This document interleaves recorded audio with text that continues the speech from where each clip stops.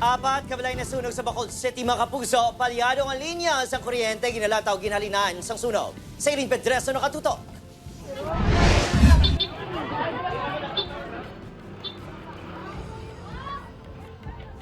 Sa sining nga video, makita ang madasig nga paglamon sang kalayo sa mga balay sa Barangay Singkang Airport sa Bacolod City. Suno kay Jennifer, hinali nga nagkalayo ang baligyan sa ground floor sang balay. Dako na sa likod, tapos wala na. After mga 5 minutes siguro, natupok na pati akong grocery. Sakit.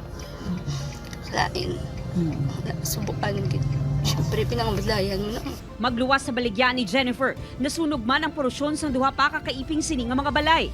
Totally gutted naman ang isa pa kabalay nga ginapanag-iyahan sa pamilya Moya.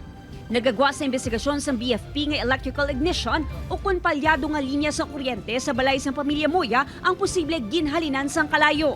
Panaliban na mo, ma'am, nakita na mo, nga mayara na kita sa kita ka balay nga na-consume na sa kalayo. Based sa papatin, ma'am, sa pag-ibitigan, ma'am, na ibaluan nga ang kalayo, dito nagsigan, ma'am, sa divider nga wall. Wala na naghatag sang payag sa news team ang tag-iya sang balay. May duha naman ka residente nga nakaagom sang paso matapos naghingagaw nga nagsalbar sa pila ka mga gamit. Pahanumdom sa BFP. So again, before kita magdugang sa ating mga appliances o mag-splice kita sa mga wire, it's better to consult mama licensed electrical engineer, ma'am, to check it, mama, masuma kung pilagin ang total loads natin. Nagbilin sa masobra 200,000 pesos nga danyo sang sunog. Irene Pedreso, 1 Western Visayas.